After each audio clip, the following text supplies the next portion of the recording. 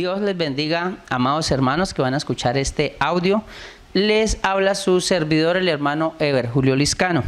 Gracias a Dios por esta nueva oportunidad que nos brinda de estar otra vez para compartir la bendita y santa palabra de Dios. Bueno, en esta ocasión quiero compartirles esta reflexión bajo el título "A usted no es el único que le pasan esas cosas". Se lo repito, a usted no es el único que le pasan esas cosas. Claro, toda regla tiene su excepción. Hay alguna que otro detalle que le sucede a una persona únicamente, pero esa es la excepción a la regla. En general, a la gran mayoría de personas le suceden cosas realmente similares, bien sea positivas o negativas. Pero resulta que la mayoría de personas tiene como la percepción que solo a ellos le pasan ciertas adversidades o le llegan ciertas bendiciones. No sé por qué razón, pero a veces tendemos a creer que somos los únicos que. Por eso usted escuchará personas a veces que dice, pero ¿por qué a mí? ¿O por qué me pasa esto a mí? Como queriendo decir que esto no le pasa a nadie más, sino solamente a ellos. Cuando en realidad la verdad es que la mayoría de cosas que le pasan o que nos pasan son bastante comunes entre las demás personas o cristianos. No es bueno tener esta percepción de que a mí es el único que me pasan estas cosas, bien sea buenas o malas, por dos razones básicamente. Si creemos que somos los únicos que nos pasan cosas muy buenas, podemos llegar al punto de volvernos orgullosos prácticamente, a creernos los únicos que. Ahora, si por el contrario llegamos a pensar que somos los únicos que nos pasan adversidades, que tenemos sufrimientos, que hemos pasado por una vida difícil, podemos llegar entonces al otro extremo a deprimirnos pensando que eso no nos pasa sino a nosotros. Por eso el título de la enseñanza en esta ocasión es "A usted no es el único que le pasan esas cosas". Vamos a mirar un ejemplo bíblico de alguien que pensaba que era el único que le pasaban algunas cosas. Vamos a leer primer libro de Reyes, capítulo número 18, versículo 22. Esta parte que vamos a leer es en un contexto del pueblo de Israel, cuando el pueblo de Israel se había vuelto hacia la idolatría, se estaba alejando de Dios, un gran número de personas del pueblo de Israel, y en este contexto Dios usa al profeta Elías para demostrarle al pueblo y al rey que Él es el único y verdadero Dios, que Jehová es Dios y no Baal, porque la gente estaba siguiendo ya a Baal. Entonces Dios quiere usar a Elías para demostrarle al pueblo que Él es Dios, y en esta ocasión es donde cae fuego del cielo. Y bueno, de pronto ustedes conocen la historia. Quien no la conozca, se puede leer todo el capítulo 18 de Primera de Reyes. Vamos entonces a leer el texto que me interesa en el versículo 22. Dice, Primero de Reyes 18, 22. Y Elías volvió a decir al pueblo, escuche cómo dice Elías al pueblo: solo yo he quedado profeta de Jehová, mas de los profetas de Baal hay 450. Entonces aquí es la primera vez que Elías siente que él es el único. Dice, solo yo he quedado profeta de Dios, profeta de Jehová, yo soy el único. Y luego de eso es donde Dios usa o respalda a Elías. Elías ora a Dios, hay un desafío con los profetas de Baal y Acera. Dios hace que caiga fuego del cielo, se quema el holocausto y todo el pueblo cree que Jehová es Dios. Después de esta tremenda victoria, tremenda bendición, se acaba este evento y el rey que presenció el evento llega a su casa a contarle a su esposa. Vamos a leer Primero de Reyes, el capítulo siguiente, capítulo 19, del versículo 1 en adelante. Dice la Biblia: Acab dio a Jezabel, que era su esposa, la noticia de todo lo que Elías había hecho y de cómo había matado a espada a todos los profetas, a esos profetas que matan a los falsos profetas o profetas de Baal. Versículo 2. Entonces envió Jezabel a Elías un mensajero diciendo: así me hagan los dioses, y aún me añadan, si mañana a esta hora yo no he puesto tu persona como la de uno de ellos. Viendo pues el peligro, en pocas palabras, la esposa del rey, Jezabel, manda amenazar a Elías, le dice: lo voy a matar así como usted mató los profetas de Baal. Entonces dice el 3, viendo pues el peligro, se levantó y se fue para salvar su vida. Y vino a Beerseba, que está en Judá, y dejó allí a su criado. Dese cuenta como él creía que él era el único profeta, el único fiel en Israel, el único que perseguían, al único que iban a matar. Él salió huyendo. Más sin embargo, la Biblia no registra que había un ejército que lo iba persiguiendo ni nada. El caso es que él ahí en este momento sale huyendo y deja a su criado, porque él dice, no, a mí es el único que van a matar. Deja al criado y sigue huyendo. Versículo 4. Y él se fue por el desierto un día de camino y vino y se sentó debajo de un enebro.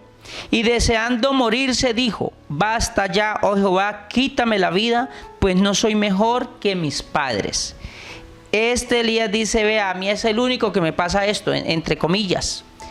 Ya no vale la pena ni siquiera vivir, yo soy el único profeta que quedó, yo soy el único fiel en Israel, a mí es el único que persiguen, el único que falta porque maten es a mí, me van a matar. Entonces él dice, mejor me quiero morir, y le dice a Dios, Señor, quítame la vida. Dice, y echándose debajo del enebro se quedó dormido, y he aquí, luego un ángel le tocó y le dijo, levántate y come. Aunque él le dice a Dios que se quiere morir, que le quita la vida, Dios ignora esas palabras. Por el contrario, Dios manda un ángel, dice que le mandó comida y bebida. Y el ángel le tocó y le dice, vea, levántase y come. Si Dios le prestara atención a los hombres, yo no sé cuántos de los que van a ver este video, de los que me están escuchando, algún día han deseado morirse o le han dicho a Dios, han llegado a decirle, Señor, ya me quiero morir, o llévame, o ya de esta no me recupero, de esta no salgo, ahora sí me tocó. Si Dios le hiciera el caso a los hombres, todo aquel que ha pensado o ha dicho que se quiere morir, probablemente por lo menos la mitad de la población del mundo ya estuviera muerta. Gracias a Dios que Él nos tiene paciencia. Dios como que dice, vea, Elías, usted no es el único que se quiere morir, usted no es el único que está en peligro, usted no es el único que ha estado en persecución.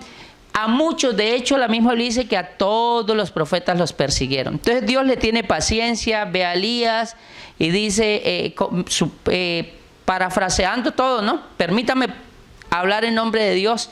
Como que Dios dice, Elías está cansado, Elías piensa que es el único que está viviendo esto, lo deja que se duerma, manda un ángel con comida y bebida. Dice el versículo 6, entonces él miró y aquí que su cabecera una torta cocida sobre las ascuas y una vasija de agua, y comió y bebió y volvió a dormirse. Y volviendo el ángel de Jehová la segunda vez lo tocó diciendo, levántate y come porque largo camino te resta. Dios tenía planes y programa y propósitos con Elías para rato. Dios como que le dice, vea, usted no es el único, tranquilo que no lo van a matar. Dios se llena de paciencia para con nosotros. Versículo 8, se levantó pues y comió y bebió y fortaleció con aquella comida. Caminó 40 días y 40 noches hasta Horeb, el monte de Dios. Y allí se metió en una cueva donde pasó la noche.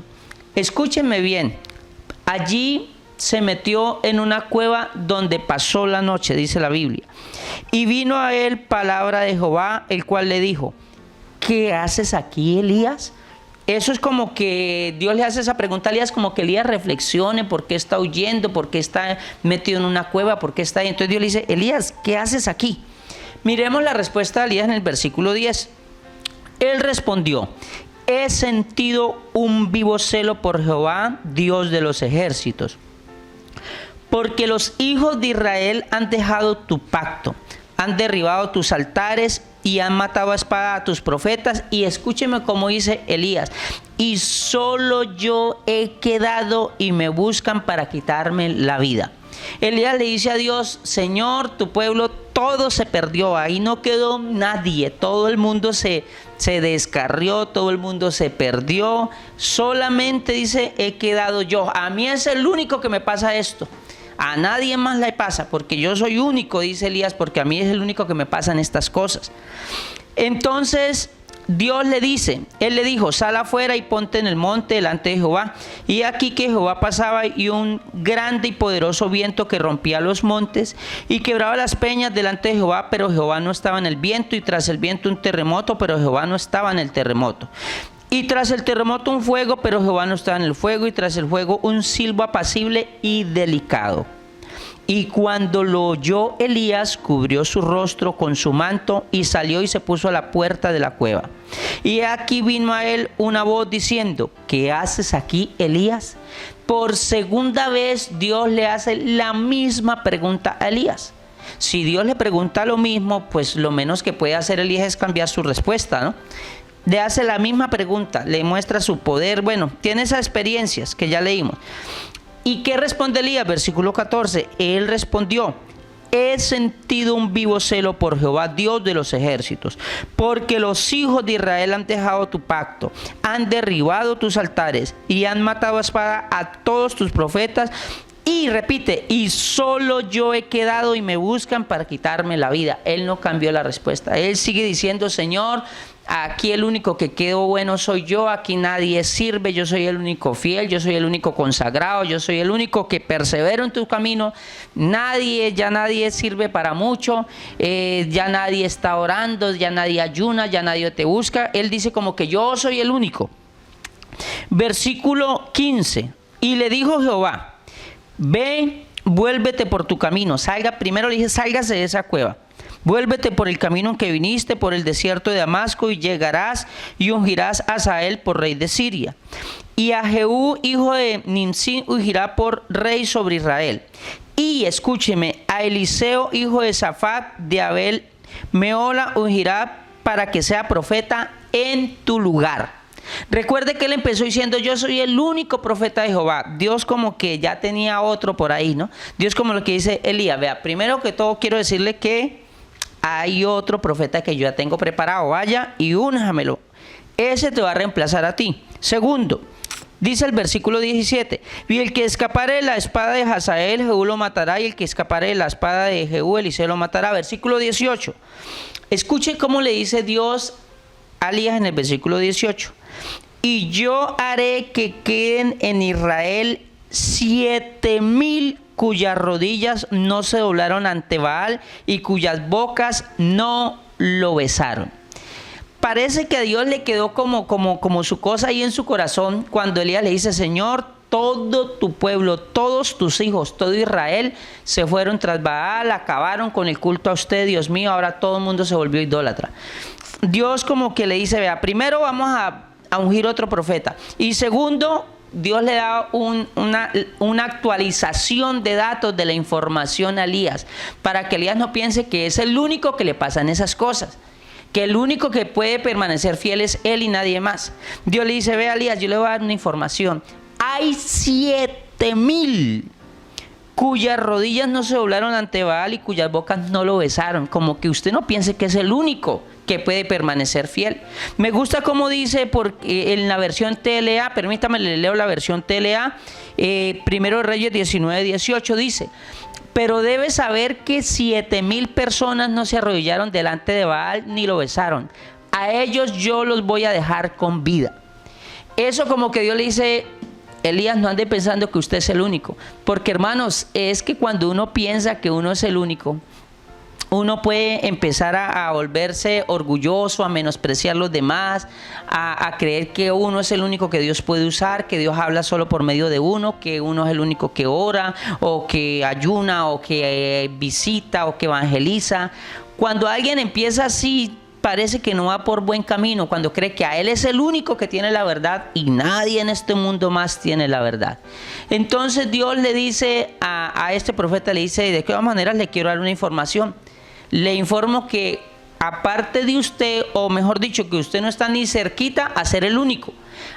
Usted es el 7,001. Habían aparte de él 7,000, no era que habían 2 o 3, 7,000 más que Dios se había reservado. Entonces, hermano, qué bonito entendernos, no creernos que somos los únicos, ni tanto para lo bueno, ni mucho menos que somos los únicos que sufrimos adversidades. Ninguna de las dos cosas son tan buenas ni saludables. Veamos en segundo lugar este otro ejemplo, cuando uno cree que es el único que le pasan cosas adversas o contrarias. Miremos un pasaje que escribe el apóstol Pedro a la iglesia.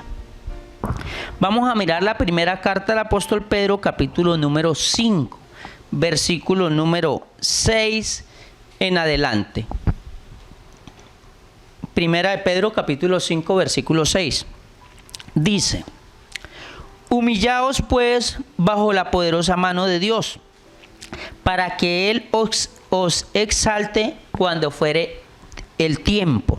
Dese cuenta que aquí en estas porciones, en estos textos que vamos a leer, importa mucho el tiempo. Humillaos pues bajo la poderosa mano de Dios para que Él os exalte. ¿Cuándo? Cuando fuere el tiempo, porque es que hay algo que debemos aprender, que todo tiene su tiempo y su hora.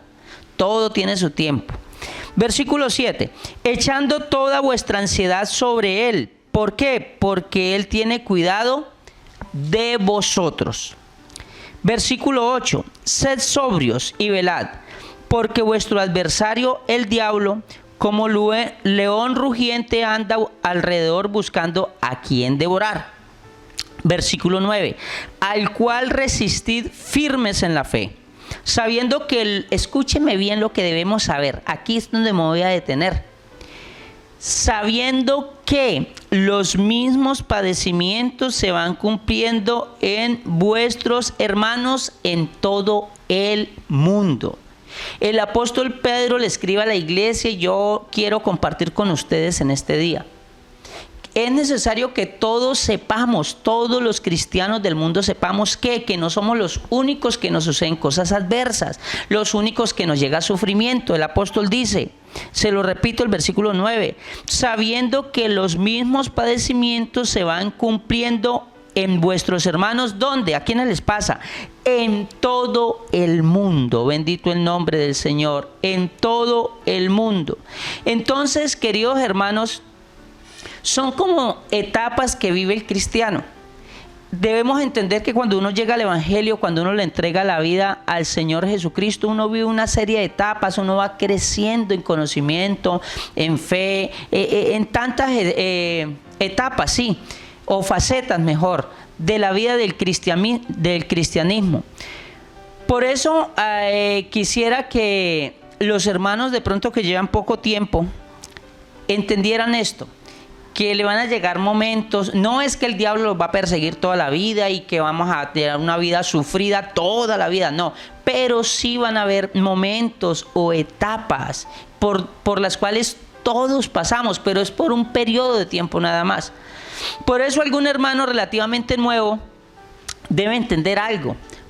Por ejemplo, cuando le hagan burla por causa del Evangelio, yo quiero decirle que tranquilo, que no se preocupe, que a nosotros también nos hicieron burla. Allá el vecino, el amigo, el familiar que le coloca sobrenombres, que se burla, que le dicen cualquier tipo de cosa por causa del Evangelio. No piense que es el único que le pasa, que se burlan, ahora se burlan de mí porque me volví cristiano. De todos los que nos hemos vuelto cristianos, de todos han hecho burla.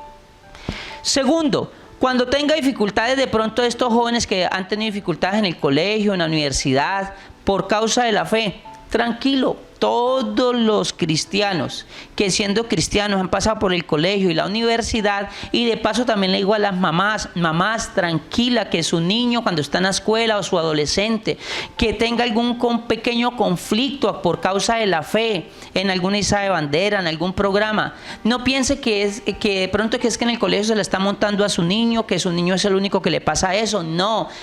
Todos los hijos de los cristianos algún día tenemos conflictos por la fe, pero es una oportunidad para mostrar lo que hemos creído.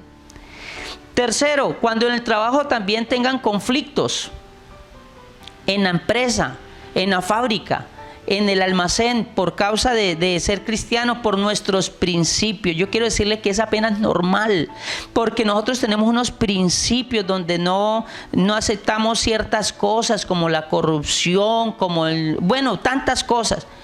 Entonces no vaya a pensar usted, hermano o hermana, que de pronto está nuevo y en su empresa tiene un conflicto y eso me pasa por ser cristiana, no me pasa sino a mí porque yo soy cristiano. No, a todos los cristianos que trabajan en las empresas, todos algún día han tenido que enfrentar un conflicto donde se demuestra que han creído y cuáles son sus principios.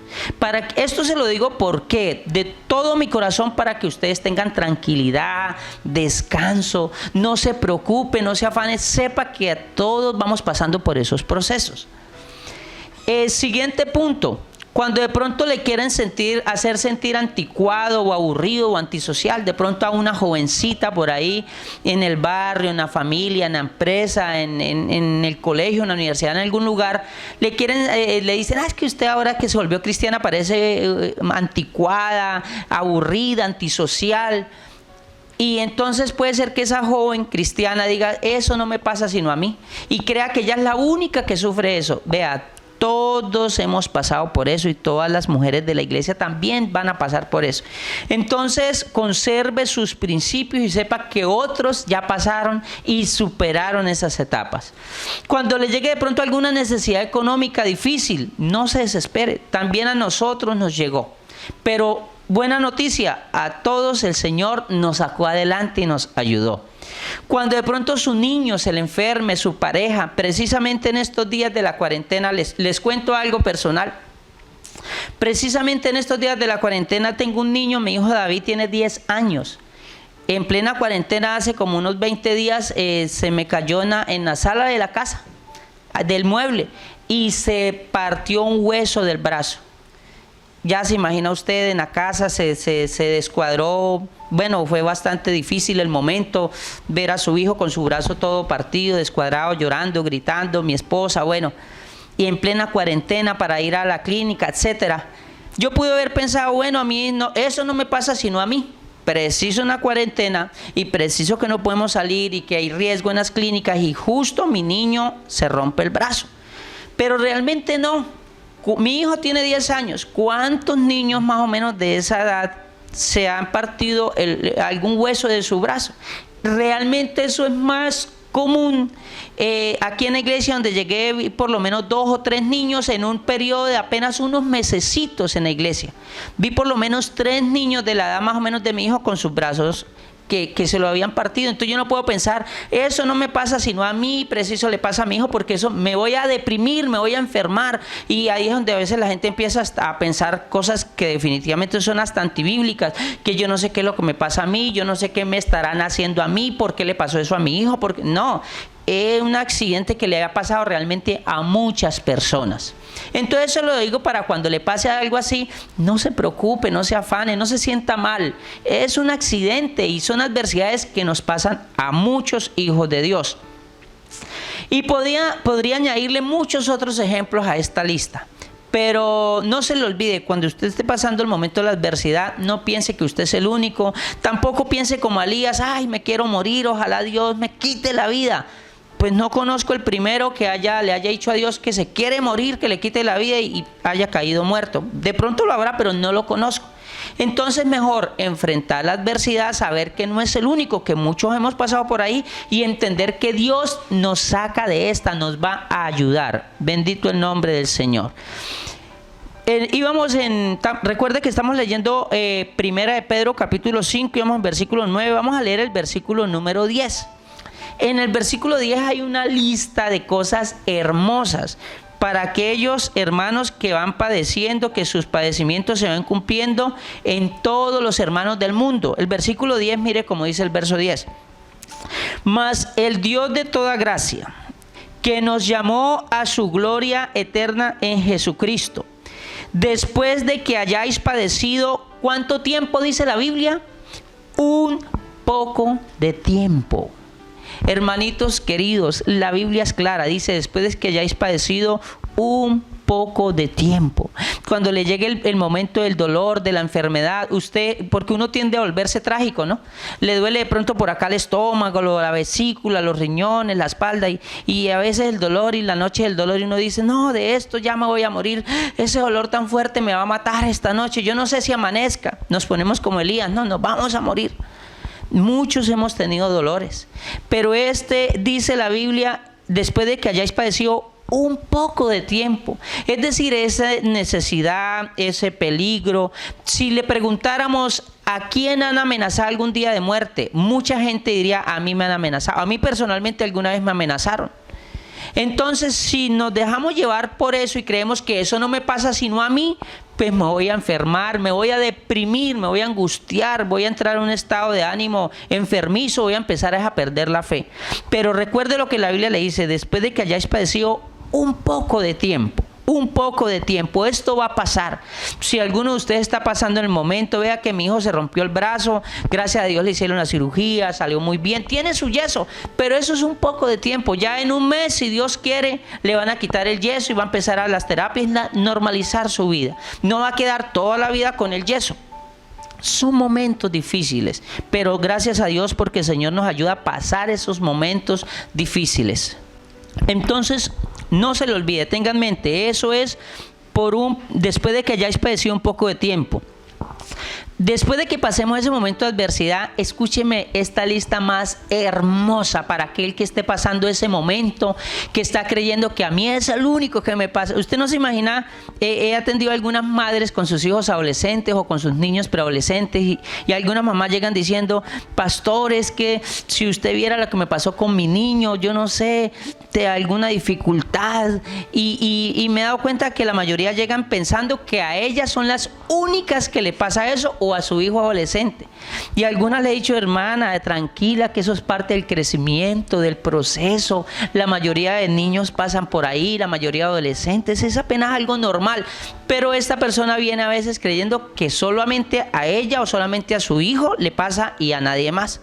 O algunas parejas que dicen, no, es que mi esposo o es que mi esposa, y creen que su esposa es la única que hace eso. Y le digo, hermano, tranquilo, que las mujeres normalmente tienden a ser de esta manera. Entonces, qué bonito entender esto. Entonces, escuche esta lista hermosa. Después de que habéis padecido un poco de tiempo, Él mismo, o sea, el mismo Dios, primero, os perfeccione. Segundo, afirme. Tercero, fortalezca. Cuarto, establezca. Es decir, esa adversidad que nos sucede, que a veces uno dice, a mí es el único que me pasa, a mí es el único que el hijo se le rompe un brazo en la cuarentena. Eso, en vez de traer quebrantamiento de mi fe, en vez de hacerme angustiar el propósito de ciertas adversidades, es por el contrario que uno crezca. Dice que así nos perfecciona, nos afirma, nos fortalece y nos establece. Después de eso uno queda más firme que nunca. Volviendo al testimonio que le estaba contando el día que mi hijo se rompió el brazo, también quiero contarles una confidencialidad. Yo deseaba oír a mi hijo hablar en lenguas. Ustedes saben que cuando una persona recibió el Espíritu Santo, la señal es que habla en lenguas. Y ese día, por primera vez en mi vida, tuve la oportunidad, cuando mi hijo se rompe el brazo, como cristianos que somos, sí, el afán, el dolor, el momento difícil, pero ahí con mi hijo, con el brazo roto, mi esposa y mi niña, los cuatro nos arrodillamos, yo le puse la mano y oramos, Señor, ayuda a mi hijo, por favor. Y cuando estábamos orando, empiezo a escuchar a mi hijo David con su bracito roto, hablando en lenguas, como le oraba a Dios tan hermoso, y lloraba, y ese momento fue especial. Se nos pasó como ese susto, esa ansiedad, los gritos, hubo una paz, una tranquilidad. Mi hijo ya dejó de gritar, de llorar, se sentó, ya como, no sé, el brazo siguió roto, pero yo no sé qué hizo Dios en nuestras mentes. Algo hizo que nos dio una confianza, una tranquilidad a toda la familia. Luego nos salimos y nos alistamos. Pero ¿qué me quedó de ahí? Tuve el honor ese día de escuchar a mi hijo hablando en lenguas por el Espíritu Santo, es decir, hablando en otro idioma por el poder del Espíritu Santo por primera vez. Entonces, vea, hermanos, esto que le estoy compartiendo no es cuando nos pase una cosa adversa, no es para pensar, a mí es el único que me pasa eso, yo soy el único, a mi hijo es el único que le pasa, a mi esposa, a mi familia, ¿por qué a mí? No, no, mire que todas estas situaciones, dice el Señor, que después de que hayáis padecido un poco de tiempo, Él mismo os perfeccione, afirme, fortalezca y establezca. Y termina diciendo el texto, a Él sea la gloria y el imperio por los siglos de los siglos. ¿Cómo así? Como diciendo el escritor, el apóstol Pedro, vea, gracias a Él podemos superar las adversidades. Gracias a Él nos permite pasar por momentos difíciles para mostrarnos su gloria, su amor, su gracia, su poder. Y después de ese momento uno queda firme, queda establecido en la fe. Bendito el nombre del Señor Jesús. Ya para terminar, quisiera que sacáramos algunas conclusiones. Parece que el ser humano estimados hermanos que me escuchan, cuando sabe y entiende que a otras personas también le ha pasado lo mismo, es como si esa situación se hiciera más llevadera. No, de pronto no sé cómo explicárselo exactamente, pero cuando usted sabe que está pasando por un momento difícil y otra persona llega y le dice, vea, yo quiero decirle algo, a mí también me pasó eso. Sabe que yo también pasé por ahí y tranquilo, no se preocupe que a mí el Señor me ayudó y mire que ahora estoy bien. Cuando entendemos y sabemos que a muchas personas también le pasan ciertas situaciones difíciles, el momento se nos hace como más llevadero, solo con saber eso. Entonces hay 3 puntos que quiero decirles para terminar. Primero, cuando uno sabe que uno no es el único que le pasa esa adversidad, no nos vamos a sentir como tan extraños, como que, bueno, qué mala suerte la mía, ¿por qué a mí? Yo nací para sufrir. No, si sabemos que a muchas personas le ha pasado eso, no, bueno, parte de la vida, cosas que a veces suceden, accidentes normales, procesos normales de los que pasan todas las familias, o los jóvenes, o los niños. Segundo, cuando yo sé que no soy el único que me pasa eso, sino que también a otros hermanos le ha pasado, es esperanzador. ¿Por qué? Porque yo sé que a ese hermano que tuvo una necesidad económica y él me cuenta, a veces es bueno contar también los momentos difíciles, no solamente los momentos de gloria, no a manera de quejas, sino ¿para qué? Para decirle al otro hermano, para que el otro hermano que de pronto está pasando por ahí sepa que yo también tuve un momento de necesidad, de escasez, donde quedé de pronto con una muda de ropa, solo con un par de zapatos, pero fue un momento. Y entonces el hermano dice, mira, pero ahora le veo mucha ropa, ahora tiene muy buenos zapatos, mira que ahora tiene buena economía. Eso le da esperanza, porque esa persona que hoy tiene buena economía le dice a esta que está pasando por el momento económico difícil, le dice, sabe que yo también pasé por ahí. Entonces cuando yo lo veo a él, yo digo, bueno, o sea que esto no va a durar toda la vida, o sea que así como él lo superó, Dios lo ayudó, Dios también me va a ayudar a mí a superar este momento. Y por último lugar, resulta que cuando alguien nos hace entender o nos cuenta o nos dice yo también pasé por ahí, ese alguien tiene la autoridad. ¿Para qué? Para animarnos, para testificarnos, para decirnos, sí se puede, porque yo también, es más, algunos nos dicen, yo también sufrí de esa enfermedad. Mira que yo estaba enfermo de eso, bien sea, me operaron y salí muy bien y quedé muy bien, o bien sea, yo también tenía esa enfermedad y Dios me sanó. O no importa el problema que sea, pero esa persona tiene la autoridad para animarnos y alentar la fe. Entonces este que está pasando dice, en el nombre del Señor Jesús voy a salir adelante, y eso alienta nuestra fe. Ya para terminar, entonces quiero recordarles que no piense que usted es el único que le pasan esas cosas. No piense que usted es el único fiel o el mejor o el único que ora mucho o ayuna mucho o lee mucho la Biblia o predica mucho, se porta bien. No, Dios tiene mucha gente en este mundo de Él, gente de Dios. No somos ni el mejor ni el único. Ni tampoco se vaya al otro extremo. Tampoco piense que usted es el único que le pasan cosas malas, al único que de pronto tiene una pérdida, sufre o tiene una enfermedad. Muchos hemos pasado cosas difíciles, pero a los que aman a Dios, todas las cosas le ayudan a bien. Así que adelante, hermanos, que somos el cuerpo de Cristo. Usted no es el único. Así como Dios nos ha sacado adelante, somos millones que hemos pasado por muchas cosas. Así Dios va a ayudarlos a cada uno de ustedes. De manera que Dios les bendiga y les fortalezca. Dios les bendiga, hermanos. Les habla la familia pastoral de Ipu Palmeras. Nos alegra mucho saludarlos. Y bueno, vamos a alabar al Señor con el coro que dice Dios de milagros. Dios de milagros y amor, sanacidad, salvación incomparable. Eres tú, brillas en la oscuridad, clamamos con tu libertad incomparable. Eres tú. Mi Dios es grande, mi Dios es fuerte, nadie es igual, nadie le hace frente. Dios sana y salva, con gloria se exalta mi Dios, mi Dios. Mi Dios es grande, Mi Dios es fuerte, nadie es igual, nadie le hace frente. Dios sana y salva, con gloria se exalta mi Dios, mi Dios. Dios de milagros y amor, sanidad, salvación incomparable.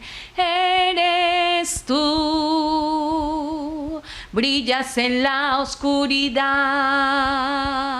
clamamos con tu libertad incomparable. Eres tú. Mi Dios es grande, mi Dios es fuerte, nadie es igual, nadie le hace frente. Dios sana y salva, con gloria se exalta mi Dios, mi Dios.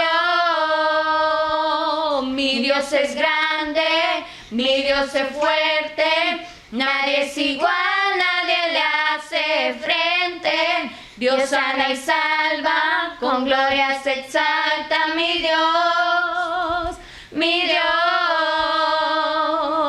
Y si Dios con nosotros, ¿quién pues contra nosotros? Y si Dios nos levanta, ¿quién pues nos detendrá?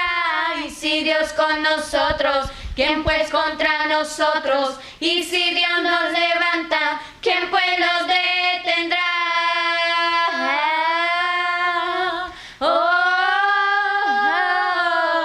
¿Quién pues nos detendrá?